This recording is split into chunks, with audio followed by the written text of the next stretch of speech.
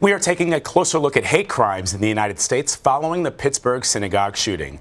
There was more than a 12% spike in violence related to hate crimes in America's 10 largest cities last year. It's the fourth year in a row that number has increased. This comes as federal investigators weigh the death penalty against synagogue shooter suspect Robert Bowers. For more on this now, let's bring in CBS News senior national security analyst Fran Townsend. She was also a Homeland Security and counterterrorism advisor for George W. Bush. Fran, thank you so much for joining us. Before we sort of get into everything, I just want to talk about the investigation, where it would be at now. What are police looking into? So we know from the FBI that Bowers had 21 guns, and it looks, what they're going to do is trace every single one of them. He didn't use all 21 in the attack. Obviously, there were 3 handguns and an assault rifle. They're going to want to see if he acquired those guns legally, right? And they're now going to go back and look at his social media history and try to piece together that timeline that led him to the Tree of Life synagogue before it happened. They've charged him in an initial document called a complaint with hate crimes and all of the murders. We understand the U.S. attorney is going to seek the death penalty. We shouldn't assume that'll be the only charging document. What they'll do now is go into a grand jury. They may supplement those charges. Fran, we talked earlier, Emery and I, about the shooting in South Carolina and Dillon Roof, and now here we are with 11 people murdered, one of the largest massacres of Jewish people in this country ever. And there are now questions about tone, the tone that is being set in this country. I want to read for you the tweet from the President of the United States just a little while ago. There is a great anger in our country caused in part by inaccurate and even fraudulent reporting of the news.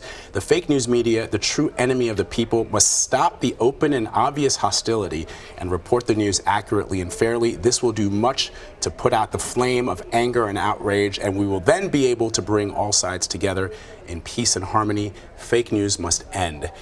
But analysts say using words like destroy, evil, ours, meaning our country, versus them, is in part why we are seeing this spike. What do you say to that? So look, the person who is directly responsible for the murder of these 11 people is the guy who pulls the trigger. But it's part of looking at what led him there. The hate speech, the whole race to the bottom in the civil dialogue in this country is a problem.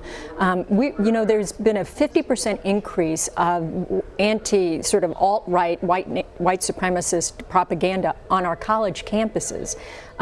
In Gab, where he found a like-minded community where he spewed this hate.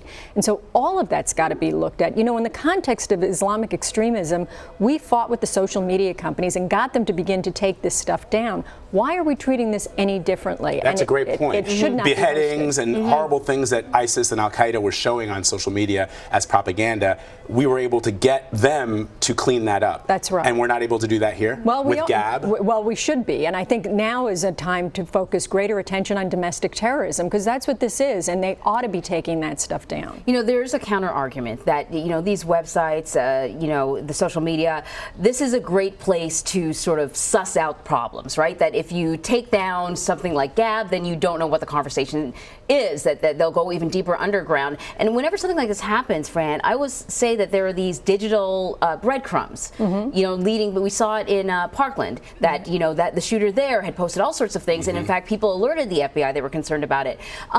But it always seems like we're discovering this stuff after the fact. Right. Why can't we be proactive? So the FBI, this is always a frustration for them, right? They can only go on social media websites when they have what's called a legal predicate. Somebody directs them to Fran Townsend's Twitter feed, and so they can go look at it. But they can't just go on there and sort of freelance, and because we prize our privacy and our right to free speech, and so they don't just do that. I think it's time we're going to have to look at whether or not this is like the town crier. If you're saying something in public, why can't the FBI look at it?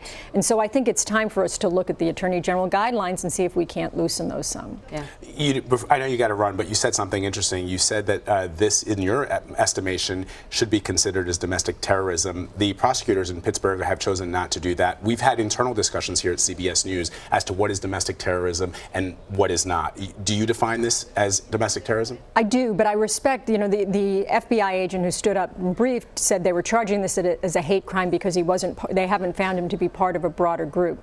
I think we've got to give them time to do this investigation, right? Because that's why I mentioned they're going to do a supplemental charging document in an indictment. And presumably, if they can gather additional evidence, they'll get comfortable with that charge. All right. All right, Fran, always good having you. Thank you. Thanks.